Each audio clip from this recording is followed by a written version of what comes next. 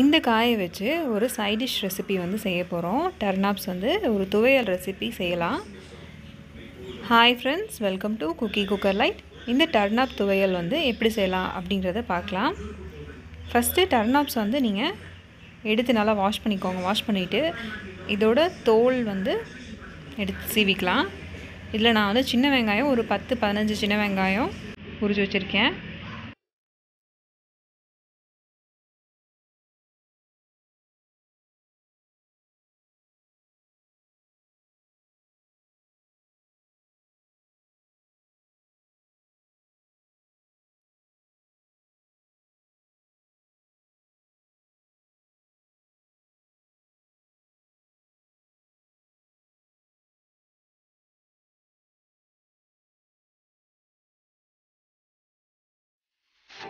இப்போ இது நல்லா வாஷ் பண்ணியாச்சு. காய்கறி துருவுறதுல இந்த காயை வந்து நல்லா நைஸாக சீவி எடுத்துக்கலாம்.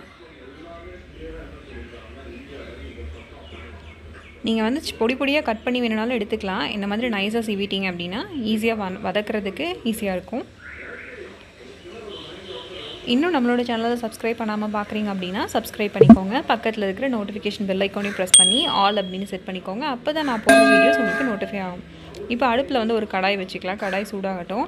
அதில் வந்து ஒரு 2 டீஸ்பூன் வந்து நல்லெண்ணெய் வந்து வேணும்னா விட்டுக்கோங்க, இல்லை ஆயில் வேணும்னா போட்டுக்கலாம். நான் வந்து நல்லெண்ணெய் போடுறேன். அதில் வந்து 1 டீஸ்பூன் வந்து கடலைப்பருப்பு, 1/2 டீஸ்பூன் வந்து உளுந்து வந்து போடுறேன்.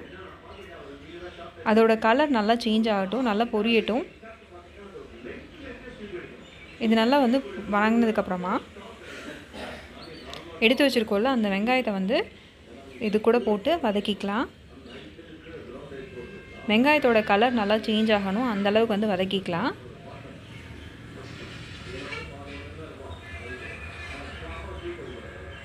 இது கூடவே வந்து அந்த ஸ்மெல் இல்லாமல் இருக்கிறதுக்காக தான் வந்து இதில் பூண்டு வந்து ஆட் பண்ணுறோம். அந்த காயோட ஸ்மெல் வந்து வேண்டாம் அப்படிங்கிறதுக்காக பூண்டு வந்து ஒரு 4 பூண்டு ஆட் பண்ணிக்கலாம். ஆட் பண்ணி அதுவும் நல்லா வெங்காயத்தோடு சேர்ந்து வதங்கட்டும். இதில் காரத்துக்கு வந்து கொஞ்சம் உண்டுனே வந்து மிளகா போட்டுக்கலாம். கொஞ்சம் புளியும் வந்து சேர்த்தியே போட்டுக்கலாம். இப்போது அதெல்லாம் வதங்கிடுச்சு, தனியாக எடுத்து வச்சுட்டு இந்த காய் வந்து சீவி வச்சுருக்கோம்ல அதை இதே ஆயிலே போட்டு நல்லா வதக்கி எடுத்துக்கலாம். இதோட கலர் வந்து கொஞ்சம் சேஞ்ச் ஆகும், அந்தளவுக்கு வந்து நல்லா வதக்கிக்கோங்க.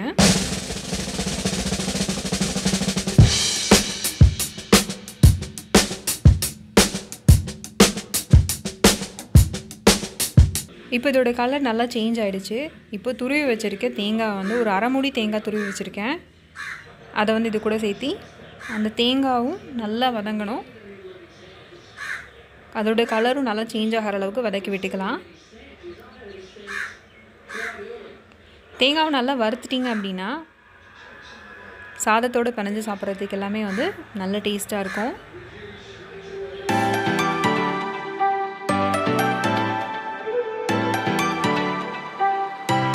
ரெண்டுமே நல்லா வதங்கிடுச்சு. இப்போ தேவையான அளவு சால்ட் வந்து ஆட் பண்ணிக்கலாம். நான் வந்து ஒரு 1/2 டீஸ்பூன் வந்து ஆட் பண்ணுறேன். அதையும் போட்டு நல்லா கலந்து விட்டுக்கலாம். இதில் எல்லாமே நல்லா ஆறட்டும். ஆறினதுக்கப்புறமா ஆட்டாங்கல்ல போட்டு அரைச்சி எடுத்துக்கலாம். உப்பு காரம் வந்து உங்களோட டேஸ்ட்டுக்கு தகுந்த அளவுக்கு வந்து நீங்கள் ஆட் பண்ணிக்கோங்க.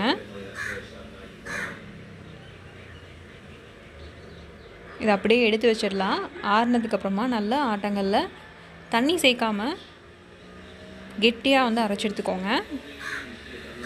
அப்போ சாதத்துக்கு பிணைஞ்சு சாப்பிட்றதுக்கு வந்து நல்லா டேஸ்ட்டாக இருக்கும். இப்போது அரைச்சி எடுத்துகிட்டு வந்தாச்சு. நம்மளோட டர்னாப்ஸ் துவையல் வந்து ரெடி ஆகிடுச்சு. இந்த ரெசிபியை நீங்களும் கண்டிப்பாக ட்ரை பண்ணி பாருங்கள். ட்ரை பண்ணி பார்த்துட்டு உங்களோட கமெண்ட் செக்ஷனில் சொல்லுங்கள். இந்த வீடியோ உங்களுக்கு பிடிச்சிருந்தது அப்படின்னா லைக் பண்ணுங்கள், கமெண்ட் பண்ணுங்கள். மறக்காமல் உங்களோட ஃப்ரெண்ட்ஸோட ஷேர் பண்ணிக்கோங்க. தேங்க்யூ.